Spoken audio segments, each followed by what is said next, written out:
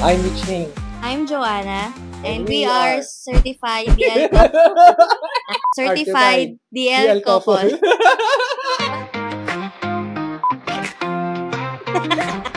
Paano po kayo nagkakilala? And ano pong first impression niyo sa isa't isa? Ayan. Simona. Ikaw. Kakilala kami ni Joanna kasi magka-work kami sa isang logistics company. Ako, nasa quality department ako, siya nasa IT. First time kami nagkita sa headquarters namin sa Taguig. Kaya ko siya nakilala noon, saka nakita kasi. Yung boss ko, sabi niya, uy, yung pogi nun, bago ata yun, huwag ganun.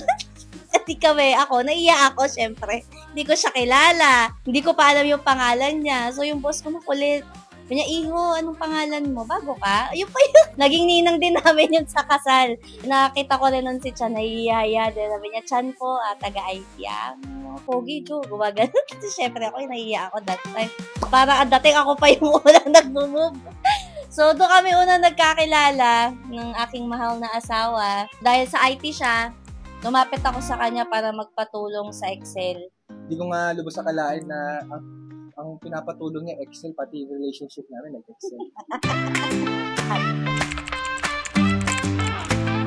Hindi na kami masyado nag-aaway.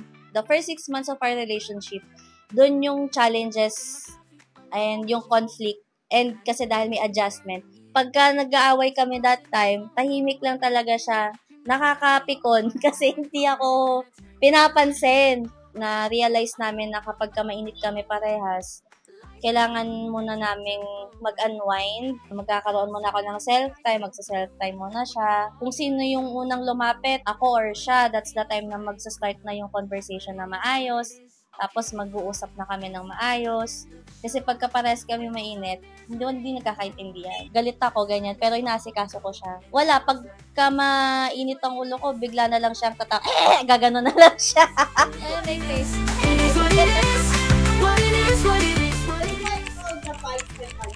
Paano mo nalaman na, ay, siya na yung gawa? Sige, ako ulit. On my point of view, paano ko na-realize na siya na. So, magkukwento ako ng isang scenario na hindi ko makakalimutan. As mag-couple pa lang kami that time, hindi pa kami propose. Nag-away kami bago ako umuwi ng Cavite. Ang dami-dami kong sinasabi sa kanya sa chat kasi hindi ko siya kasama. Biglang nag-aya yung parents ko mag-Tagaytay. So, pagpunta namin ng Tagaytay, tahimik lang ako kasi ang dami kong chat sa kanya. Hindi talaga siya nagre-reply. Kahit sin! O paano mo magre-reply? Dalawang pahina yung message. Nag-sin siya siguro ilang oras bago niya mag-sin. Eh ako, Diyos ko, para na ako sasabog sa sa inis. Diyos ko naman. Siguro, kabuti na ng gabi, di ko pa tapos yung replyan eh. Or basahin eh. Tinitiis niya ako, tinitiis ko rin siya. Pero ang hirap eh, as a girl, di ba? Ang hirap minsan, parang di ka pinapatulan, parang gano'n, di ka kinakausap. Alam ng parents ko, nag-away kami nun. Bigla siya nag-chat, nagulat ako. Ang chat niya is, wala siyang reply kahit isa doon sa mga sinabi ko na nobela. Ang chat niya, nag-send siya ng picture na niligpit niya lahat nung nilabhan ko tapos tiniklop niya yung labahan ko at naglinis siya. Ang pinakaayaw niya lang gawin, pag-tiklop. Tapos yun yung ginawa niya. Pagkakita ko talaga as in seconds nung after ko makita yung chat niya, umiyak ako. Hagulgol talaga yung iyak ko nun. Pero yung iyak ko nun, parang na-relief ako kasi, di ba, away kami, buong araw, di ako nakausap, ganyan. Tapos biglang ganun yung gesture niya, naiyak ako, tapos sabi ng papa ko, ano, break na kayo, ganyan. Sabi ko, hindi pa, si Chad kasi eh. Tapos umiiyak ako. Tapos binakita ko yung chat niya. Kung kasi si Chad, niligpit yung laban, tapos tiniklop pa, eh, ayaw niya magtiklop eh. Tapos yun, doon ko na-realize na, ito yung lalaking kaya akong i-handle, saka, nahanap niya yung kiliti ko eh, parang yung secret recipe. Hindi siya maganda na lang, tahimik ka na lang. Para at least hindi nasasabog yung vulkan, di ba? Kaya mo na lang. Kaya mo yan, ganyan taga babae. Kayo mga lalaki, mag-isip-isip kayo. Hindi mababawas-bawasan yung value. Pagmamahal na yung ibiro. Di ba? Like a dream, all my life or so it seems. Paano po nangyari? Ayan, siya magpukwento. Hawakan mo, ikaw magkwento. May proposal bang naganap? Hindi ko alam. Parang ang bilis kasi. Meron. Meron ba? Oo. Ang bilis kasi ng pangyayari kasi ganito yan. Nangyari ang proposal bago mag-birthday ko. Inaano ko lahat na sabi ko sa aking birthday ko, ito na rin yung araw na magpo-propose na ako.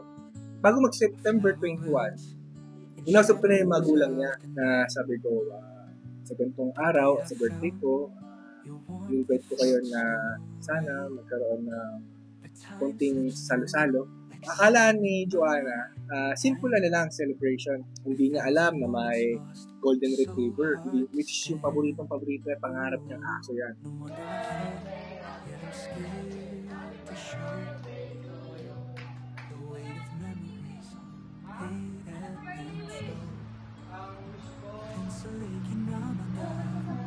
Yan, lahat nagulat, lahat na-excite. Which is asarap sa pakiramdam kasi, alam mo yun, nung araw na yun yung pinakamasayang araw ng birthday ko, which is dun din yung araw ng proposal ko. Bakit ko napili na birthday ko?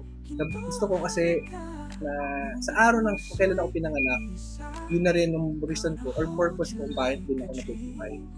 Kasi yun yung pinakamasarap sa buhay natin na we're living kasi may purpose tayo sa buhay natin. And alam natin kung bakit tayo nabuhay kasi may isang katulad na partner mo in life na darating sa buhay. Na papatibok kung reason kung bakit tayo nabuhay, papatibok sa puso natin. Ito si Milo, siya na yung masabi natin na gift ko yung sa natin, remembrance or siya rin ang rason kung bakit mas naging masaya ang proposal na yun. Ito na siya. Ito na yung surprise namin sa kanya. Sabi ko sa kanya, ano ba? Ako ba talaga yung nag-birthday? Yung ako, tapos surprise. Shake hands! Shake hands! Shake hands! Shake hands! Shake hands! So, nahanap ko yan si DL sa Facebook. Maganda kasi yung marketing strategy sa Facebook mo. So, nakita ko rin marami ding good feedbacks, yung mga reviews and all. So, kaya napili namin si DL. Lalo na nung mas na-encourage kami nung yun nga, first meeting namin kay DL. Nagpapanggap pa kami nung nag-gym pa kami. Kasi nga, nagpaplano na nga kami magkasal. After namin mag-gym, nandun pa kami sa facility ng pinag-gyman namin.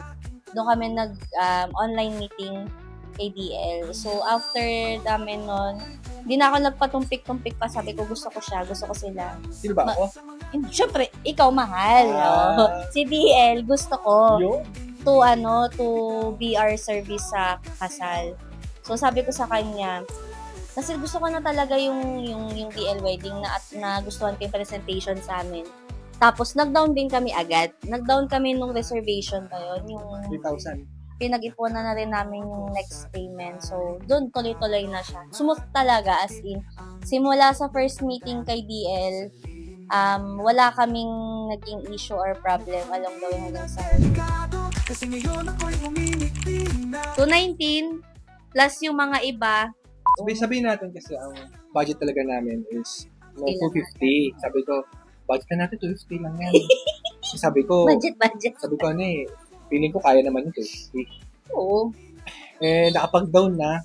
So, yun na. Start na, nag-down. Tapos, hanggang, akala ko 250 okay na eh. Dami pa pala. Meron pa palang dapat bilhin, yung mga damit. Nung una, ang kinuha naming package, itong Infinity, chinek ko yung mga, kasi syempre, may mga kulang doon sa package ng Infinity eh. So, paano kapag mag-a-add ako nung wala doon, ganyan. Nag-upgrade kami into Royalty, yung 219. So, ang in-outsource ko na lang namin, actually, yung mga in-outsource na lang namin na supplier is yung mga damit, yung gown ko, yung mga damit ng mga abay, tapos yung mga souvenir, nagdagdag kami. Invitations, nagdagdag din kami. So, yun. Yung mga kapit sa akin, ayaw talaga pa ko ulit. Dapat nga ko umakbay eh. So, wag na. Ayaw, nagkakento ko pa yung mga pinsa ko na hindi mas sumasayaw pero napasayok. Grabe, sabi ko sa kanya, Bebe, hindi ako makatulog. As a bride, di ba, parang overthinking ka kasi may mga last minute na nagka-cancel. Sabi ko sa kanya, Bebe, kita tayo sa hallway ng hotel. Pray tayo. Ang memories na hindi ko malilimutan nung pinasal ako, nung napasayaw ko yung mga pinsang ko, hindi kasi talaga sumasayaw yung mga yan eh. Yung dad ko, tumambling pa, 65 years old, tumambling. Gulat na gulat kami, gulat yung mga tao. Tumbling ta split. Sabay split, oo. Napaka-solid talaga. From start to finish, ang ganda talaga eh. So, yung memories kasi na andun eh. Yung family mo, yung family ko, family ko, nagkasiyahan talaga, parang as one. So, Parang matagal na magkakilala. Oo, totoo, parang matagal na magkakilala. Minsan, pagka malungkot ako, yun ang naalala ko. Parang ang sarap balikan. Pangalawa, yung nag-shooting kami, nalibot na namin lahat sa hotel. Eh, may bayad pala. Buti na lang, nakashoot-shoot na kami. Nakatulog naman ako ng maayos. And then, dumating na si H mo, Pagdating pa lang nila na pagkadating, ramdam na ramdam ko na yung pagka-celebrity and VIP feels. First time ko ma-feel yun. Thank you kay DL. Natuwa talaga ako, promise. Ang smooth. Tapos, hindi ko na alam kung ano yung nangyayari. Sumusunod na lang ako sa coordinator ko eh. Ganun yung nangyayari eh. Sabi ko, effective yung prayer namin kagabi kasi lahat ng worries ko, answered prayer ni DL kasi hindi talaga ako nagkaroon ng issue or problem. Kahit isa. Nakita ko yung mga makeup din ng H mo sa parents ko. Nung nakita ko yung mga makeup ng mga abay ko na nagpa-makeup, ang gaganda rin nila. Ako din, syempre, sarili ko, ang ganda-ganda ko ng feeling ko, princess ako, ganyan. Ang ganda rin ng gown ko kasi pagpasok ko dun sa ceremony, parang nung nandun na ako sa moment na yun, parang feeling ko, parang panaginip na lang siya, ganyan. Grabe, hindi ko talaga ma-express yung appreciation ko sa coordinator ni DL that time. Sobrang baby ako nun.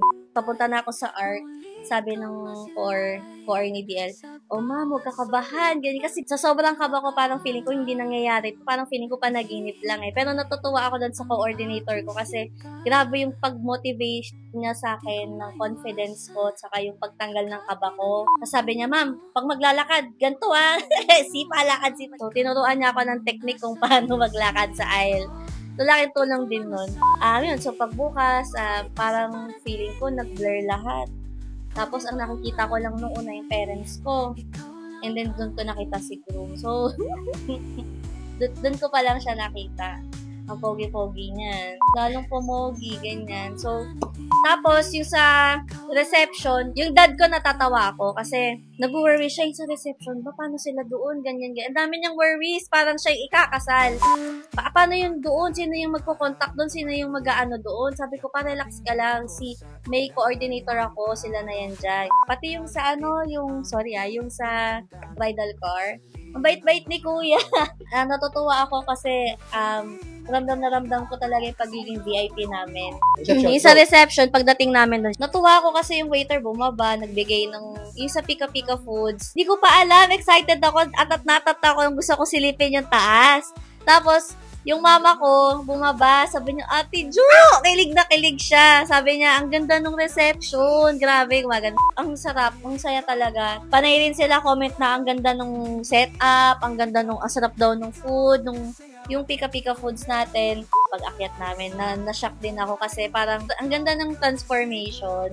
Ang ganda. Tapos yung ceiling treatment, ang ganda. Yung backdrop lalo, ang ganda. Yung papa ko, ganda-ganda siya. So, sabi niya sa akin, ang ganda, parang yung worries niya, pagdating niya daw doon nila ng mama ko, yun, napawi kasi ang ganda daw talaga. Ang saya ng host, isa pa sa mga highlights kay DL, yung host. Very timely yung schedule. On the time siya nag-start. And on the dot din natapos, hindi na late, hindi sobrang aga. Ang galing ng host.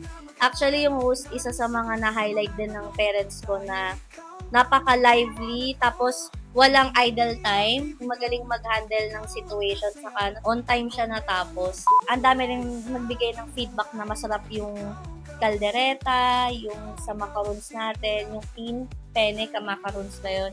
Masarap, pati yung cake. Wala akong maipintas sa service ni DL, as in maganda. Pati yung sa pictures and videos namin, very maganda. At saka basta wala akong masabi, ang ganda. Ganda talaga. Sabi mo na sinabi, wala pa yung nasasabi. Ikaw lang ang iniibig. Magkano ba ang total? Parin pala. Nung napag-usapan kasi namin ni Joanna, nakita na niya yung DL wedding, sabi niya, "Okay to, maganda na yung package, 219,000. Sabi ko, mag-ano ka lang, mag-adjust ka lang. Sabi ko, mga 250, pwede na yan, kaya na yan.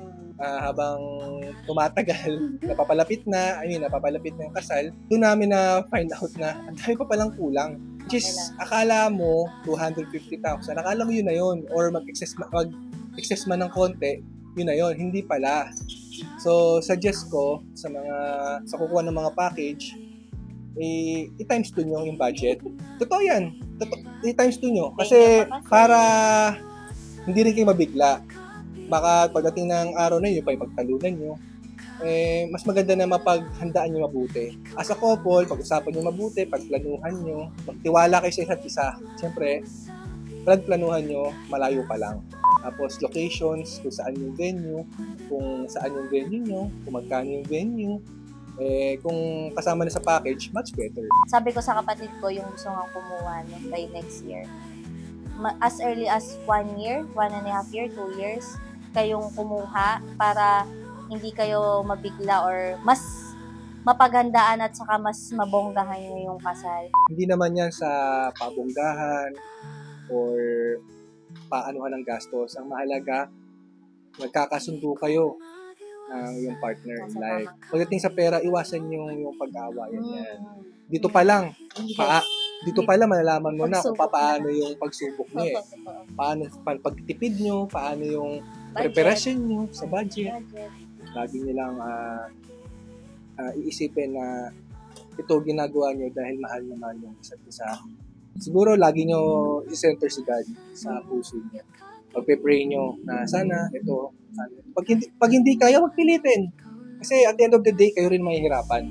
Basta importante, kung ano yung swak sa budget nyo, andyan si DL Wedding, i-cater niya kayo, ibibigay kung ano yung kakayanan nyo. Kung ano yung pasok sa budget nyo, yun lang, huwag nyo nahigitan.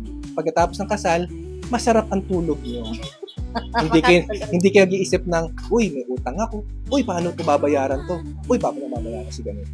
So, at the end of the day, may peace of mind kayo after your wedding. Yun lang. I'm Richane. And I'm Joanna. And we are Certified DL Couple. Di ko maiwasan